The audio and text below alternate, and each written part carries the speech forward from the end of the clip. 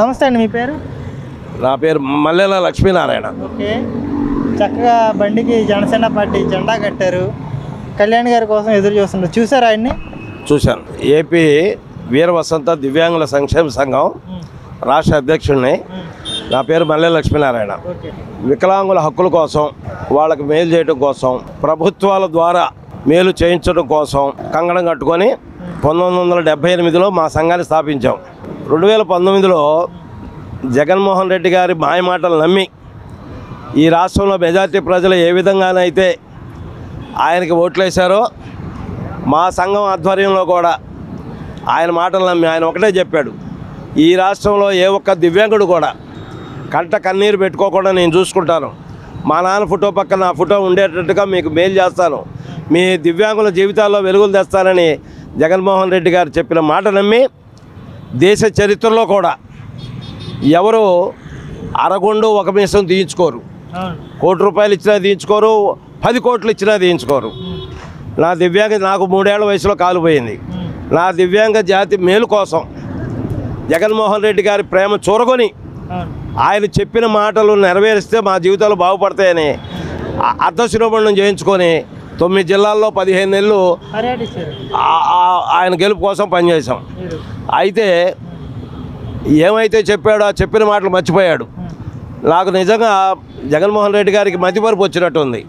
ఎందుకంటే తల్లిని మర్చిపోతున్నాడు, చెల్లి చేసిన కష్టాన్ని మర్చిపోతున్నాడు, తండ్రి సంపాదించిన ఆస్తుల్లో చెల్లికి వాటా ఇవ్వకుండా రోడ్ల మీదకి పంపించేశాడు.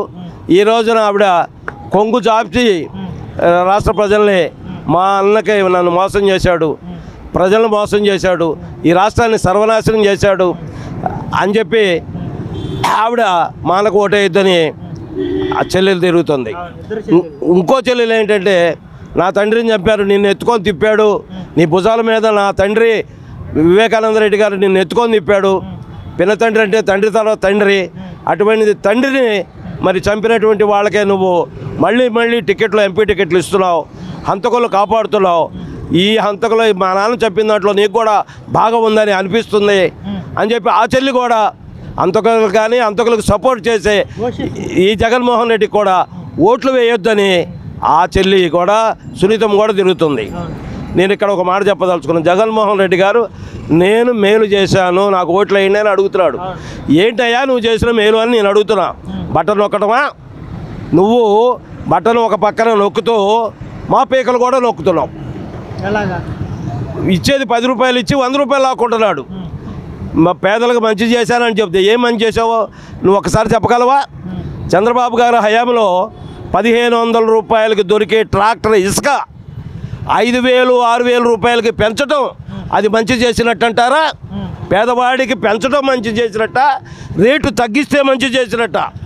మరి కార్మికులు కానివ్వండి, రైతులు కానివ్వండి, మరి బిల్డింగ్ వర్కర్స్ కానివ్వండి, శ్రామికులు కానివ్వండి, వీళ్ళంతా కాయకష్టం చేసుకొని సాయంత్రానికి ఒళ్ళు నలిగిందని చెప్పి కొద్దిగా మందు తీర్చుకుంటూ ఉంటారు.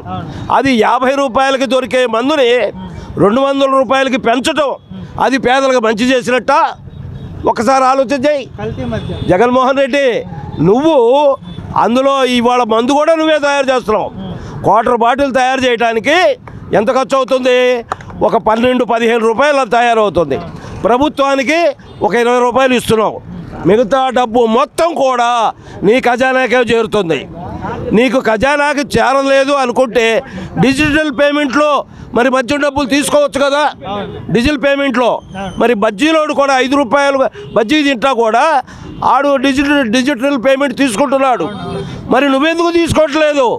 నీకు నల్లధనం నీ ఇంటికి చేరాలి కాబట్టి.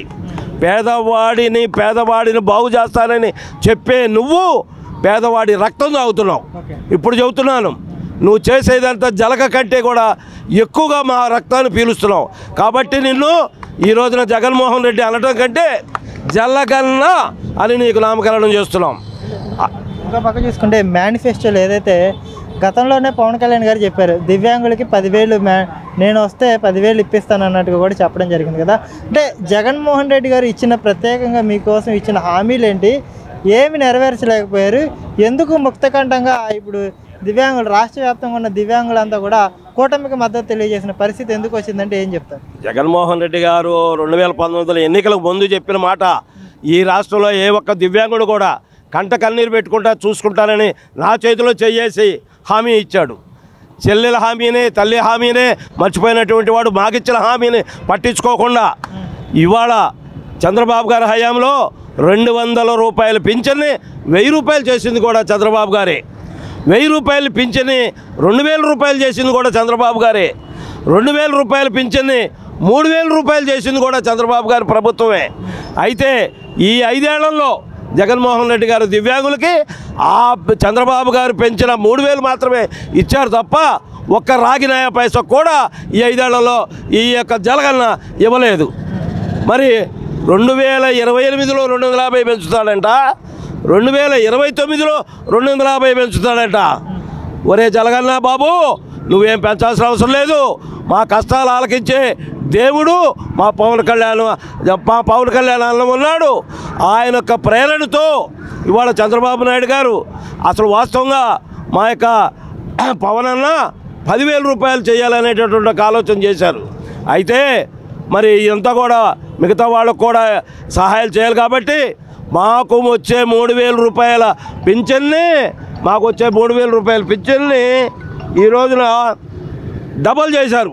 6,000 రూపాయలు చేశారు. అలాగే దీర్ఘకాలికంగా 2 కాళ్ళు లేక 2 చేతులు లేక 100% ఉన్నటువంటి మా దివ్యాంగులకు 15,000 రూపాయలు. ఇది చిన్న విషయం కాదండి. 15,000 రూపాయలు అంటే ఒక ఉద్యోగం చేసినటువంటి ఒక కార్మికుడికి వచ్చాడు అంత డబ్బు. ఎంతమంది ఉంటారు అంటే ఓవరాల్గా స్టేట్ వైడ్గా చూసుకుంటే ఈ 100% డిజేబుల్డ్తో బాధపడే దివ్యాంగులు ఎంతమంది ఉంటారు? ఈ రాష్ట్రంలో మొత్తం దరిదాపుగా 20,000 మంది ఉన్నారు.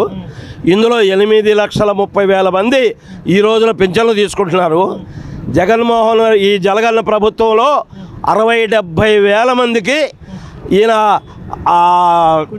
కుంటి సాకులు అలాంటివి పెట్టి ఆర్థిక నిబంధనలు పెట్టి మా పింఛన్లు తొలగిస్తే ఈ విధంగా 200 యూనిట్లని ఆ ఇంట్లో ఎవరైనా ఏసీ ఉందని రకరకాల కారణాలతోటి 60-70 వేల మంది పింఛన్లు తొలగించాడు ఈ జగనన్న. దాని ఫలితంగా ఈ రాష్ట్రంలో 18 మంది ఆయన ఫ్యాన్ గుర్తు, ఎన్నికల గుర్తు ఫ్యాన్ కాబట్టి ఆ ఫ్యాన్కే ఊరేసుకొని 18 మంది ఆత్మహత్యలు చేసుకున్నారు. ఇదే విజయవాడలో 3 ఆత్మహత్యలు చేసుకున్నారు.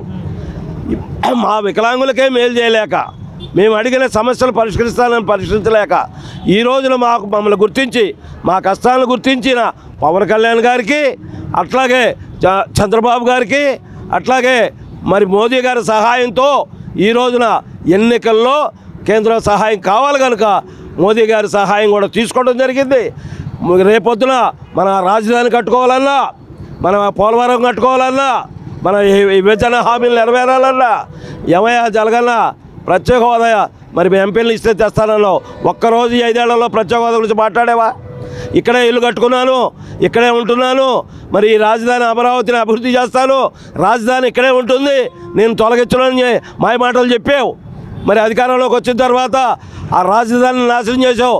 రాజధాని రైతులు 33,000 ఎకరాలు ఇచ్చినటువంటి రైతుల్ని వాళ్ళని లాఠీలతో పొడిచావు, మరి వాళ్ళని బూటుకాళ్ళతో తన్నిచ్చావు, మరి వాళ్ళ మీద తప్పుడు కేసులు పెట్టావు. ఈ రోజున ఇసుకను తీసుకోవడం కోసం ఆ నదుల్లో గోతులు తవ్వుతున్నావు. ఆ గోతుల్లో పడి మా బిడ్డలు ఎంతోమంది స్థానానికి వెళ్ళి మరి చనిపోతున్నారు. ఈ కల్తీ మద్యంతో పేదవాడికి మేలు చేస్తానని చెప్పి రేట్లు పెంచి మరి ఆ విధంగా వాళ్ళ జేబులు గొల్ల చేస్తున్నావు. అట్లాగే కల్తీ మద్యంతో నా అక్క చెల్లెమ్మలు అంటూనే ఆడబిడ్డల యొక్క మొగుళ్ళ ప్రాణాలు వాళ్ళ పుస్తలు తెంచుతున్నావు, వాళ్ళని మొండమాపులు చేస్తున్నావు. ఈ విధంగా అన్ని విధాలుగా కూడా రాష్ట్రాన్ని బస్టు పట్టించావు. ఉద్యోగాలు ఇస్తానని చెప్పావు, ప్రతి సంవత్సరం జాబ్ క్యాలెండర్ ఇస్తానని చెప్పావు. ఒక్క ఉద్యోగమైనా ఇచ్చావా? ఒక్క డిఎస్సీలో తప్పు డివిసి లాస్ట్లో నువ్వు ఎన్నికల ముందు డిఎస్సీ బూటకం అది రాలేదు. మరి ఈ 5 నెలల్లో నువ్వు అనేకమైన పథకాలకు బట్టలు నొక్కావు. ఒక్క రూపాయి రాలేదే. జనవరిలో నొక్కినవి కూడా రాలేదే, ఫిబ్రవరిలో నొక్కినవి రాలేదే, డ్వాక్రా గ్రూప్ వాళ్ళకి వడ్డీ అవి రాలేదే, మరి మార్చి 7వ తారీఖున చేయూత నొక్కావు, అది రాలేదే. ఇవాళ ఇస్తానంటున్నావు, ఎప్పుడు 11వ తారీఖు ఇస్తాను అని కమిషన్కి మాయమాటలు చెబుతున్నావు.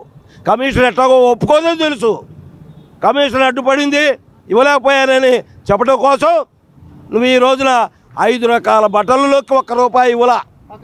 ఇప్పుడైతే ఏదైతే రాష్ట్ర వ్యాప్తంగా వృద్ధులు పెన్షన్ తీసుకుంటున్న వృద్ధులు ఎవరైతే ఉన్నారో వాళ్ళకి పింఛన్ అనేది నేరుగా వాలంటీర్ వ్యవస్థ ద్వారా ఇంటికి వెళ్ళి ఇచ్చే ప్రభుత్వం మనదే జగనన్న ప్రభుత్వం అని చెప్పేసి ఒక పక్క ప్రచారం చేసుకుంటూనే పింఛన్దారులని బ్యాంకులకు రప్పించి వాళ్ళ ప్రాణాలు తీసే ప్రయత్నం ఏదైతే ప్రతిపక్ష పార్టీ జనసేన కానివ్వండి, టీడీపీ కానివ్వండి, బీజేపీ కానివ్వండి, వీళ్ళు ప్రజల ప్రాణాలతో చెలగాటం ఆడుతున్నారు. ఈ పెన్షన్ల విషయంలో ప్రత్యేకంగా వృద్ధుల ప్రాణాలతో చెలగాటం ఆడుతున్నారని చెప్పేసి అయితే గత కొంతకాలంగా అయితే విస్తృత స్థాయిలో ప్రచారం చేస్తున్న పరిస్థితి. దీన్ని ఎలా చూస్తారు మీరు? ఈ జలగన్న తన లాభం కోసం, తన రాజకీయ ఎత్తుగడల కోసం శవాలతోనే రాజకీయం చేస్తున్నాడు. ఎవరు ఎంతమంది పోయినా, ఎంతమంది చచ్చినా రాజకీయంగా అతనికి ఏమైనా లాభం వస్తుందనుకుంటే ఎన్ని శవాలనైనా ఆయన ఆనందంగా ఆ శవాలతోటే రాజకీయం చేస్తాడు. ఈ రోజున ఎన్నికల కమిషన్ ఏం చెప్పింది? వాలంటీర్లు ఇంటింటికి వెళ్ళి ఓటర్లని ప్రభావితం చేస్తున్నారు కాబట్టి వాలంటీర్లతోటి పింఛన్లు ఇవ్వద్దు అని చెప్పింది. అయితే ఆయన గొప్పగా చెబుతాడు, సచివాలయంలో 136,000 మంది ఉద్యోగులు ఉన్నారు, రెవెన్యూ డిపార్ట్మెంట్ ఉంది, మరి టీచర్స్ ఉపాధ్యాయులు ఉన్నారు, 6 లక్షల యంత్రాంగం ఉంది. మరి ఇంటికాడికి తీసుకెళ్ళి ఇవ్వచ్చుగా?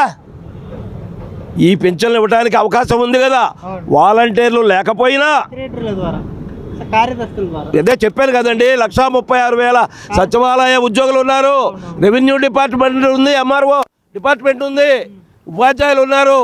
ఆ ఉపాధ్యాయుల్ని పవన్ కళ్యాణ్ సినిమా హాల్ దగ్గర పెట్టలేదా? మద్యం దుకాణం దగ్గర ఉపాధ్యాయులు కాపలా పెట్టలేదా? మరి వాళ్ళ ఇంటికి వెళ్ళి ఇవ్వడానికి ఏం అభ్యంతరం? కానీ ఇంటికి వెళ్ళి ఇవ్వకుండా ఆ వృద్ధుల్ని మరి ఏప్రిల్ నెలలో సచివాలయానికి పిలిపించి మరి మంచాల మీద, కంచాల మీద, ఆటోల్లో రకరకాలుగా తీసుకొచ్చారు. మరి ఆ వృద్ధులు 33 మంది ఏప్రిల్ 1వ తారీఖున 2వ తారీఖు టైంలో చనిపోయారు. అప్పుడు ఈసీ మళ్ళీ ఏం చెప్పింది? వాళ్ళని ఇబ్బంది పెట్టొద్దు, మేము ఇంటికే తీసుకెళ్ళి ఇవ్వమని చెప్పాము, మీ దగ్గర యంత్రాంగం ఉంది, వాలంటీర్లు కాకపోయినా ఇంకా మీ దగ్గర 6 లక్షల యంత్రాంగం ఉంది, వాళ్ళ చేత ఇంటికే తీసుకెళ్ళి ఇవ్వండి అని చెప్పింది. అప్పటికి కూడా వక్రమూర్తి ఈ జలగన్న ప్రదర్శించి బ్యాంకులో వేశాడు. బ్యాంకులో వేయటం వల్ల మళ్ళీ ఆ బ్యాంకులకు వెళ్ళడానికి ఇబ్బందులు, పాన్ కార్డులు అడుగుతున్నారు బ్యాంకు వాళ్ళు, మరి రకరకాల కాగితాలు అడుగుతున్నారు. కొంతమందికి మరి అకౌంట్లన్నీ కూడా ఉన్నా కూడా రద్దు అయిపోయి ఉంటాయి, వాడరు కదా, అలా జరుగుతాయి. అన్ని ఇబ్బందులు పడుతున్నారు. మళ్ళీ ఇవాళ మే 1వ తారీఖు టైంలో మళ్ళీ 9 మంది చనిపోయారు. ఇదంతా ఏంటి?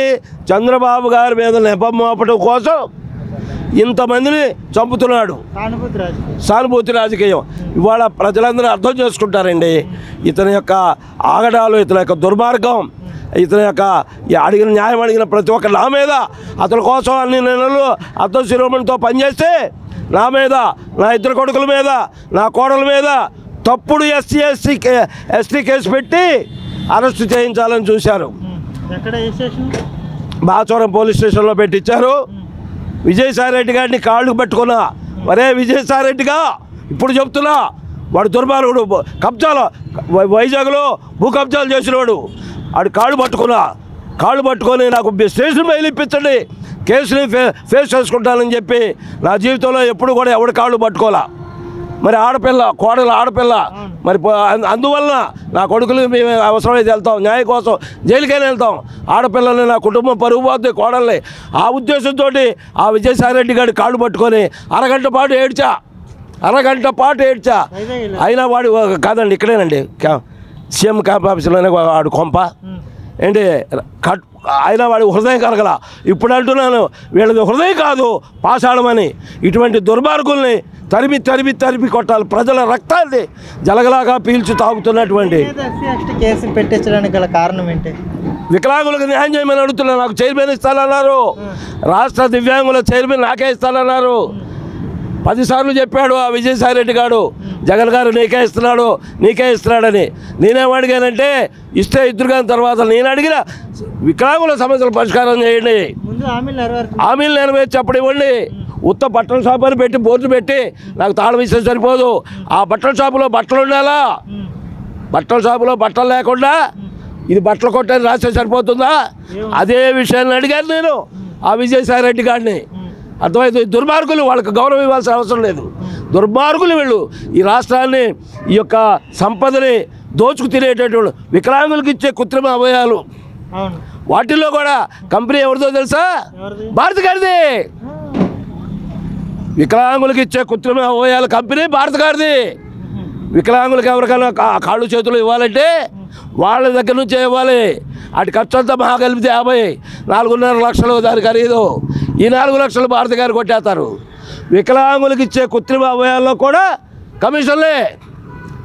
మరి బియ్యం ఇచ్చే ఆ బస్సులు అంటారు, ఏదో వ్యాన్లు పెట్టాడు కదా చల్ల బియ్యం ఇస్తానని, ఆ వ్యాన్లు కూడా 4.5 లక్షల వ్యాన్లు, 6.5 లక్షలు. మరి అంబులెన్సుల్లో కూడా వాళ్ళతో టైఅప్ అవుతారు వాళ్ళతోటి.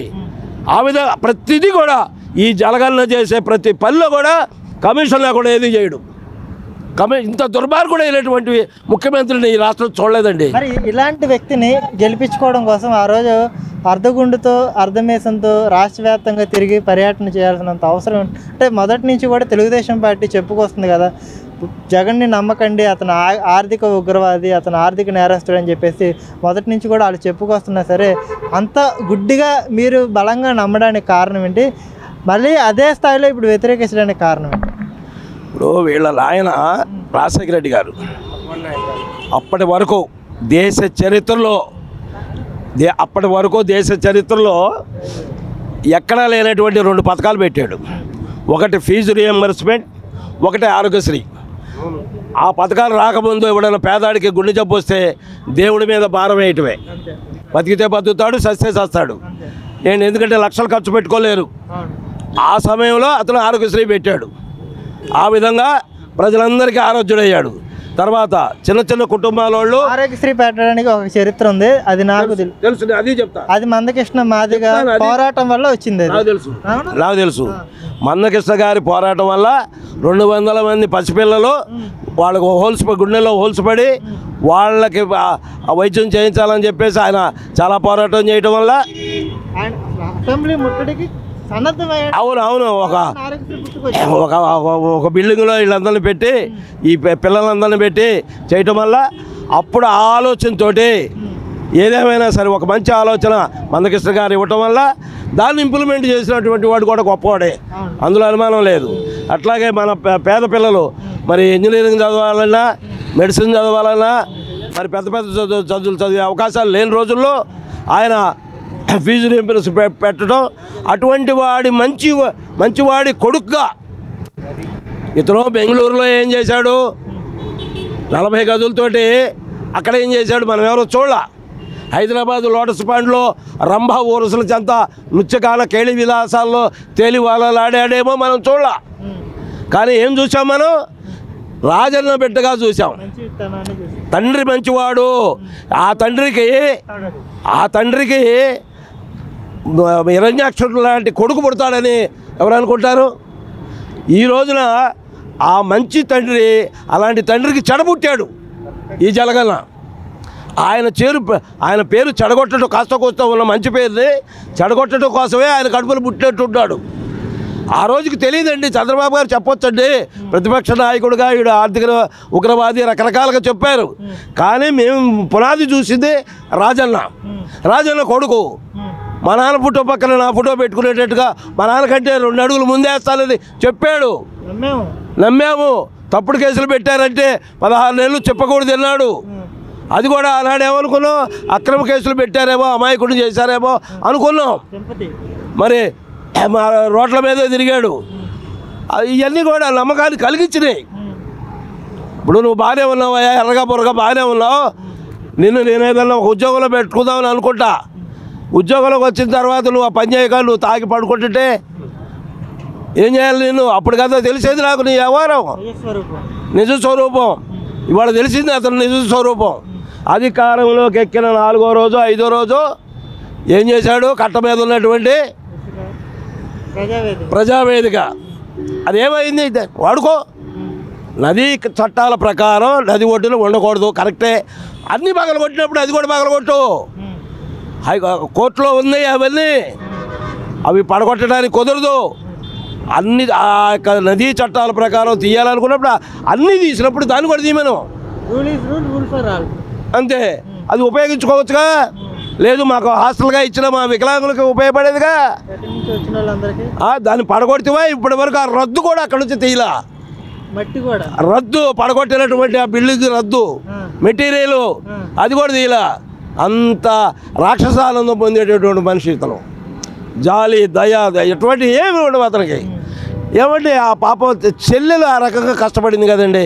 కట్లు కట్టుకొని కూడా 3200 కిలోమీటర్లు పాదయాత్ర చేసింది కదండి.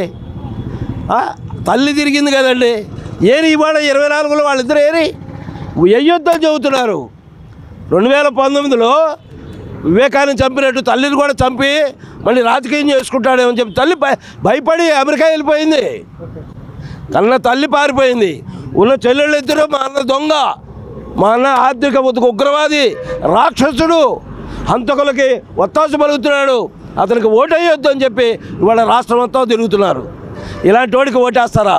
ఆఖరికి వికలాంగులు కూడా మేలు చేయని వికలాంగులకు ఇచ్చే కృత్రిమ అవయాల్లో కూడా రూపాయలు సంపాదించుకొని అసలు నేను అడుగుతున్నాను, నీ జలగలు ఒకే ఒక మాట అడుగుతున్నా, ఇంత సొమ్ము నువ్వేం చేసుకుంటావు అయ్యాలి నాకు తెలియక అడుగుతాను. నీకు ఈ రాష్ట్ర ప్రజలు మంచి మ్యాండేట్ ఇచ్చారు, 151 మందిని ఇచ్చారు. నేను 2019లో మే 23వ తారీఖున చెప్పాను. నేనే చెప్పా.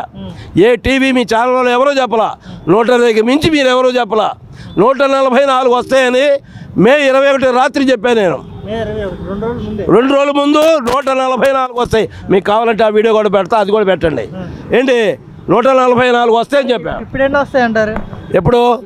ఇప్పుడు నిన్నటి దాకా నేను 45 వస్తాయని చెబుతున్నాను. దానికి కూడా తగ్గుతాయి కూడా చూస్తుంటే 45 కూడా రావు, ఇంకా తగ్గుతాయి అనేది నా అభిప్రాయం. ఎందుకని? ఈ దుర్మార్గుడు తెలిసాక కూడా ఇటు దొంగోడు కాదు.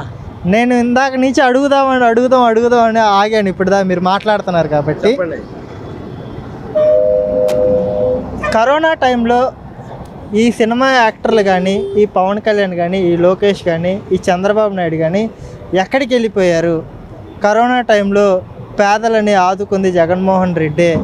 ఇప్పుడు వీళ్ళంతా ఆంధ్రాకు వచ్చి రాజకీయం చేస్తున్నారు, వీళ్ళందరినీ బాయ్కట్ చేయండి అని చెప్పేసి ఒక పక్క వైసీపీలో సోషల్ మీడియా ప్రచారం జరుగుతుంది. ఇంకో పక్క వచ్చేసి నవరత్నాల రూపంలో ప్రతి మనిషికి కూడా 1 లక్ష నుంచి 5 లక్షల వరకు లబ్ధి చేకూర్చింది ఈ ప్రభుత్వం, పేదల ప్రభుత్వం అని చెప్పేసి ఇంకో పక్క ప్రచారం చేసుకొస్తున్నారు.